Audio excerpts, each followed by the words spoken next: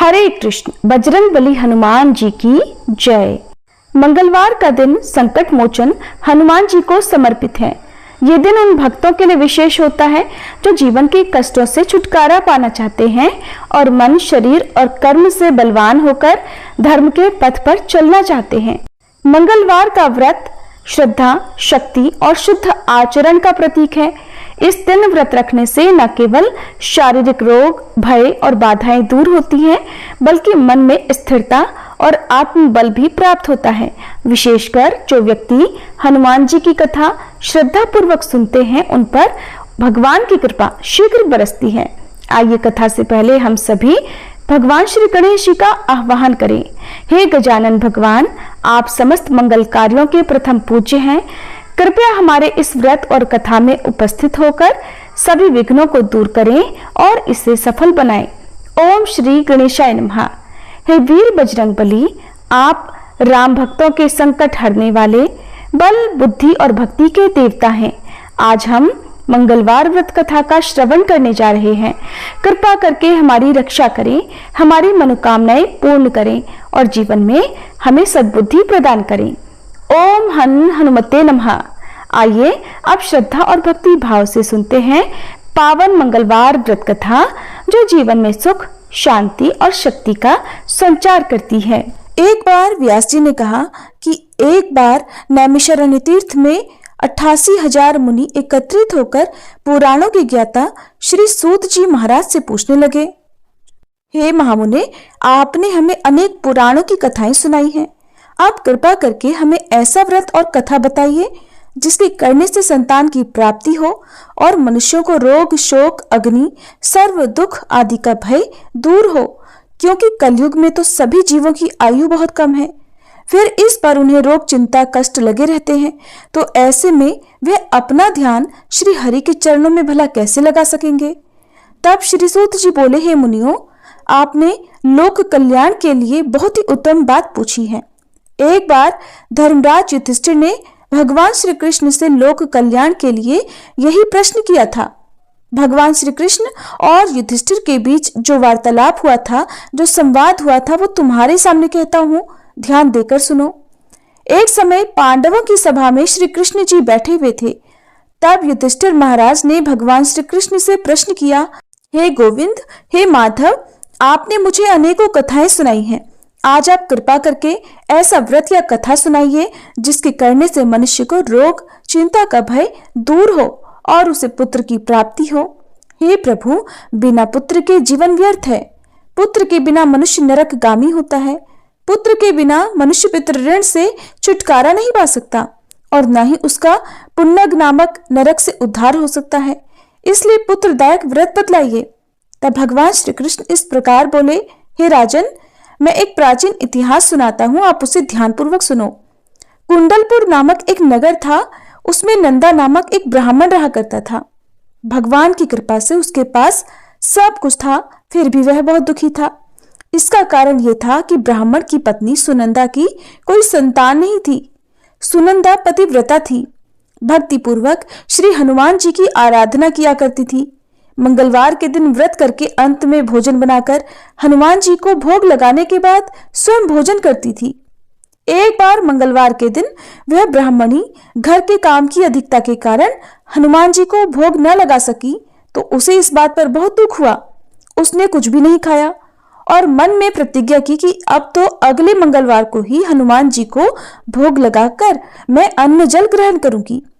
ब्राह्मणी सुनंदा प्रतिदिन भोजन बनाती, श्रद्धा पूर्वक पति को खिलाती, किंतु खुद भोजन नहीं करती और मन ही मन श्री हनुमान जी की आराधना किया करती थी। इसी प्रकार 6 दिन गुजर गए और ब्राह्मणी सुनंदा अपने निश्चय के अनुसार भूखी प्यासी निराहार रही। अगले मंगलवार को ब्राह्मणी सुनंदा प्रातःकाल ही मूर्छित होकर गिर पड़ी। ब्राह्मणी सुनंदा की इस असीम भक्ति के प्रभाव से बजरंगबली हनुमान जी बहुत प्रसन्न हुए और प्रकट होकर बोले, सुनंदा, मैं तेरी भक्ति से बहुत प्रसन्न हूं, तू उठ और कोई वर मांग। सुनंदा अपने आराध्य देव श्री हनुमान जी को देखकर आनंद की अधिकता से विह्वल होकर श्री हनुमान जी के चरणों में गिरकर बोली, हे प्रभु, मेरी कोई संतान नहीं है, कृपा करके मुझे संतान प्राप्ति का आशीर्वाद दे दीजिए तो आपकी अति कृपा होगी। तब बजरंगबली जी बोले, तेरी इच्छा अवश्य पूर्ण होगी, तुझे एक कन्या पैदा होगी, उसके अष्टांग प्रतिदिन सोना दिया करेंगे। ऐसा कहकर बजरंगबली हनुमान जी अंतर्ध्यान हो गए। अब तो सुनंदा बहुत प्रसन्न हुई और सभी समाचार अपने पति से कह सुनाया। ब्राह्मण देव कन्या का वरदान सुनकर कुछ दुखी हुए, किंतु सोना मिलने की बात सुनी तो बहुत प्रसन्न हो गए। सोचा कि ऐसी कन्या के साथ तो मेरी निर्धनता भी दूर हो जाएगी। अब बजरंगबली जी की कृपा से वह ब्राह्मणी जल्दी ही गर्भवती हुई और 10वें महीने में उसे बहुत ही सुंदर पुत्री प्राप्त हुई। वह पुत्री अपने पिता के घर में ठीक उसी तरह से बढ़ने लगी जिस प्रकार शुक्ल पक्ष का चंद्रमा बढ़ता है। 10वें दिन ब्राह्मण ने उस बालिका का नामकरण संस्कार कराया। उसके कुल पुरोहित ने उस बालिका का नाम रत्नावली रखा, क्योंकि यह कन्या सोना प्रदान किया करती थी। इस कन्या ने पूर्व जन्म में बड़े ही विधान से मंगलदेव का व्रत किया था। रत्नावली का अष्टांग बहुत सा सोना देता था। उस सोने से नंदा ब्राह्मण बहुत जल्दी धनवान हो गया। अब उनके पास बहुत सारा धन था, जिस कारण वह ब्राह्मणी भी अभिमान करने लगी। समय बीतता रहा। अब रत्नावली 10 वर्ष की हो चुकी थी। एक दिन जब नंदा ब्राह्मण बहुत प्रसन्न था, तब सुनंदा ने अपने पति से कहा कि मेरी पुत्री रत्नावली विवाह के योग्य हो गई है, अतः आप कोई सुंदर और योग्य वर देखकर इसका विवाह करा दीजिए। ये सुनकर ब्राह्मण बोला, अभी तो रत्नावली बहुत छोटी है। तब ब्राह्मणी बोली, शास्त्रों की आज्ञा है कि कन्या 8 वर्ष में गौरी, 9 वर्ष में राहिणी, 10वें वर्ष में कन्या, इसके बाद रजस्वला हो जाती है। गौरी के दान से पाताल लोक की प्राप्ति होती है, राहिणी के दान से वैकुंठ लोक की प्राप्ति होती है, कन्या के दान से इंद्र लोक में सुखों की प्राप्ति होती है। अगर हे पतिदेव रजस्वला का दान किया जाता है तो घोर नरक की प्राप्ति होती है। इस पर वह ब्राह्मण बोला कि अभी तो रत्नावली मात्र 10 ही वर्ष की है और मैंने तो 16-16 साल की कन्याओं के विवाह कराए हैं, अभी जल्दी क्या है। तब ब्राह्मणी सुनंदा कहने लगी, लगता है आपको बहुत अधिक लोभ हो गया है। शास्त्रों में कहा गया है कि माता पिता और बड़ा भाई रजस्वला कन्या को देखते हैं तो वह अवश्य ही नरकगामी होते हैं।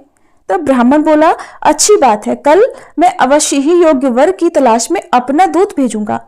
दूसरे दिन ब्राह्मण ने अपने दूत को बुलाया और आज्ञा दी कि जैसी सुंदर मेरी कन्या है वैसा ही सुंदर वर उसके लिए तलाश करो। अब वह दूत अपने स्वामी की आज्ञा पाकर निकल पड़ा। पंपई नगर में उसने एक सुंदर लड़के को देखा। ये बालक एक ब्राह्मण परिवार का बहुत गुणवान पुत्र था। इसका नाम था सोमेश्वर। दूत ने इस सुंदर और गुणवान ब्राह्मण पुत्र के बारे में अपने स्वामी को पूरा परिचय दिया। ब्राह्मण नंदा को भी सोमेश्वर अच्छा लगा और फिर शुभ मुहूर्त में विधि पूर्वक कन्यादान करके ब्राह्मण ब्राह्मणी संतुष्ट हुए। परंतु ब्राह्मण के मन में तो लोभ समाया हुआ था। उसने कन्यादान तो कर दिया था, लेकिन वह बहुत ज्यादा बेचैन था। उसने सोचा कि रत्नावली तो अब चली जाएगी और मुझे इससे जो सोना मिलता था वो अब नहीं मिलेगा। मेरे पास जो धन था कुछ तो इसके विवाह में खर्च हो गया और जो बचा हुआ है वो भी कुछ दिनों के बाद समाप्त हो जाएगा। मैंने तो इसका विवाह करके बहुत बड़ी भूल कर दी है। अब कोई ऐसा उपाय हो कि रत्नावली मेरे घर में ही बनी रहे, अपनी ससुराल न जाए। लोभ रूपी राक्षस ब्राह्मण के मस्तिष्क पर छाता जा रहा था। रात भर वह अपने बिस्तर पर बेचैनी से करवटें बदलते बदलते बेचैन रहा और उसने एक बहुत ही क्रूर निर्णय लिया। उसने विचार किया कि जब रत्नावली को लेकर उसका पति सोमेश्वर अपने घर जाएगा तो वह रास्ते में छुपकर सोमेश्वर का वध कर डालेगा और अपनी लड़की को अपने घर ले आएगा, जिससे नियमित रूप से उसे सोना भी मिलता रहेगा और समाज का कोई भी मनुष्य उसे दोष भी नहीं दे सकेगा। प्रातः हुई तो नंदा और सुनंदा ने अपने जमाई तथा लड़की को बहुत सारा धन देकर विदा किया। सोमेश्वर अपनी पत्नी रत्नावली को लेकर ससुराल से अपने घर की तरफ चल दिया। ब्राह्मण नंदा महालोभ के वशीभूत होकर अपनी मति भ्रष्ट कर चुका था। पाप पुण्य का उसे कोई विचार ही नहीं रहा।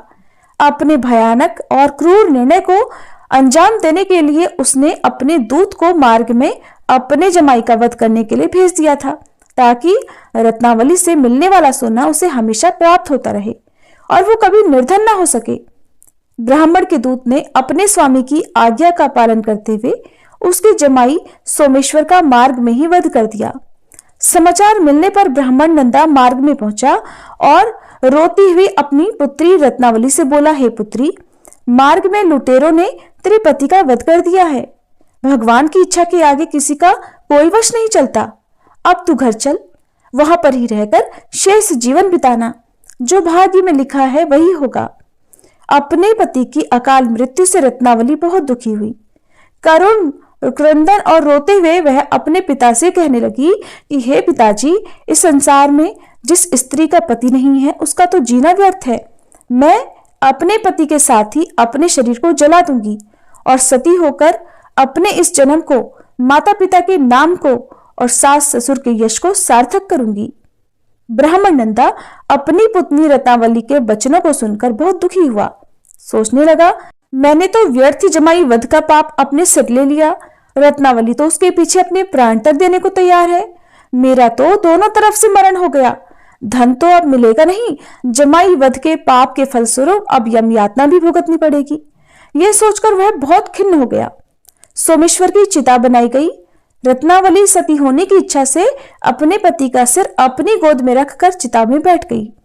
जैसे ही सोमेश्वर की चिता को अग्नि लगाई गई, वैसे ही प्रसन्न होकर मंगलदेव वहां प्रकट हुए और बोले, हे रत्नावली, मैं तेरी पति भक्ति से बहुत प्रसन्न हूं, तू वर मांग। रत्नावली ने अपने पति का जीवन दान मांग लिया। तब मंगलदेव बोले, रत्नावली, तेरा पति अजर अमर है, ये महाविद्वान भी होगा और इसके अलावा तेरी जो इच्छा हो वो वर मांग। तब रत्नावली बोली, हे ग्रहों के स्वामी, यदि आप मुझ पर प्रसन्न हैं तो मुझे ये वरदान दीजिए कि जो भी मनुष्य मंगलवार के दिन प्रातःकाल लाल पुष्प, लाल चंदन से पूजा करके आपका स्मरण करे, उसे कोई रोग व्याधि न हो, स्वजनों का कभी वियोग न हो, सर्प, अग्नि और शत्रुओं का कोई भय न रहे, और जो स्त्री मंगलवार का ये व्रत करे वो कभी विधवा न हो। तब मंगलदेव तथास्तु कहकर वहीं अंतर्ध्यान हो गए। सोमेश्वर मंगलदेव की कृपा से जीवित हो उठा। अब रत्नावली अपने पति को पुनः प्राप्त कर बहुत प्रसन्न हुई और मंगलदेव का व्रत वह प्रत्येक मंगलवार को करके व्रतराज और मंगलदेव की कृपा से इस लोक में सुख ऐश्वर्य को भोगते हुए अंत में अपने पिता के साथ स्वर्ग लोक को गई। इस प्रकार मंगलवार व्रत की पावन कथा समाप्त होती है। जो भक्त मन से इस कथा को सुनते और व्रत का पालन करते हैं, उन पर भगवान श्री राम और बजरंगबली हनुमान जी की विशेष कृपा होती है। उनके जीवन से सभी दुख, बाधाएं और डर दूर हो जाते हैं। बुढ़वा मंगलवार व्रत कथा। महाभारत काल के अनुसार भीम बहुत ही शक्तिशाली और बलशाली थे। युद्ध कौशल में निपुण थे। शक्तिशाली होने पर भीम एक बार अहंकार में भर गए। इस अहंकार को दूर करने के लिए बजरंगबली हनुमान जी ने एक लीला रची। जब भीम को सच्चाई पता चली तब उन्हें अपनी गलती का एहसास हुआ और हनुमान जी से उन्होंने क्षमा मांगी। इसके बाद हनुमान जी ने प्रसन्न होकर भीम को अपना विराट रूप दिखाया। कथा के अनुसार पांडव जब वनवास भोग रहे थे, पांचों पांडवों को अज्ञातवास में रहना पड़ा। इस दौरान पांडवों को वेश बदलकर भी रहना पड़ा। द्रौपदी भी पांडवों के साथ थी। द्रौपदी एक आश्रम में रहकर समय बिताने लगी। एक दिन जब वे आश्रम में बैठी हुई थी तो एक पुष्प उड़कर उनके पास आ गया। पुष्प की सुगंध द्रौपदी को बहुत पसंद आ गई। तब उन्होंने भीम को बुलाकर उस पुष्प को लाने के लिए कहा। द्रौपदी की इच्छा को पूरा करने के लिए भीम पुष्प की खोज में निकल पड़े। पुष्प की सुगंध जिस दिशा से आ रही थी, भीम उसी दिशा की ओर चलने लगे। उस सुगंधित पुष्प को खोजते खोजते भीम एक वन में जा पहुंचे। वन में जैसे ही भीम ने प्रवेश करने का प्रयास किया तो उनकी नजर रास्ते में लेटे एक वानर पर पड़ी। भीम ने उन बूढ़े वानर से आग्रह किया कि वे रास्ते से हट जाएं, लेकिन वानर ने कोई प्रतिक्रिया नहीं की। भीम ने फिर से वानर से वहां से हट जाने को कहा, लेकिन इस बार वानर ने कहा कि वो बहुत कमजोर हैं, हिलडुल नहीं सकते, इसलिए लांघ कर निकल जाओ। वानर के इस व्यवहार से भीम को क्रोध आ गया और वे अपनी शक्तियों के बारे में बताने लगे। भीम ने वानर को अपना परिचय दिया कि वे कुंती पुत्र हैं और पवन उनके पिता हैं और मैं हनुमान जी का भाई भी हूँ। लेकिन ये सब सुनकर भी वानर पर कोई प्रभाव नहीं पड़ा। इधर भीम का क्रोध बढ़ने लगा और उन्होंने वानर से कहा कि वो उन्हें और अधिक क्रोध ना दिलाए, नहीं तो उन्हें परिणाम भुगतना होगा। तब बूढ़े वानर का रूप धारे बजरंगबली हनुमान जी ने भीम से कहा कि अगर उन्हें अधिक जल्दी है तो वे उनकी पूंछ उठाकर जा सकते हैं। भीम ने क्रोध में आकर उन वानर की पूंछ हटाने का प्रयास किया, लेकिन वे उसे हिला तक नहीं पाए।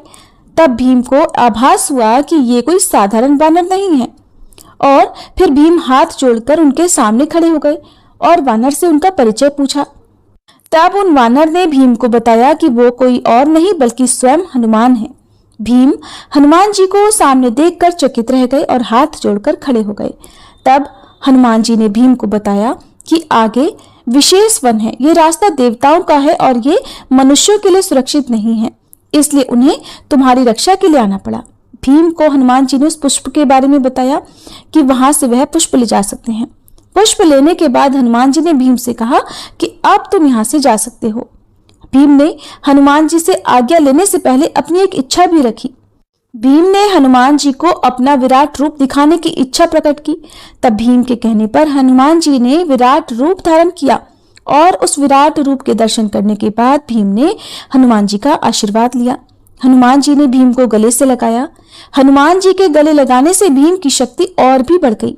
भीम ने हनुमान जी से आग्रह किया कि वह कौरवों के साथ होने वाले युद्ध में पांडवों का साथ दे, जिस पर हनुमान जी ने कहा कि जिस युग से मैं हूं वह युग दूसरा था, उसमें मैंने श्री राम के लिए कई युद्ध किए थे, अब ये युग दूसरा है, यहाँ मेरा युद्ध करना सही नहीं है, इसलिए मैं युद्ध में सम्मिलित नहीं हो सकता, किंतु युद्ध में पांडवों के रथ की ध्वजा पर मेरा वास होगा।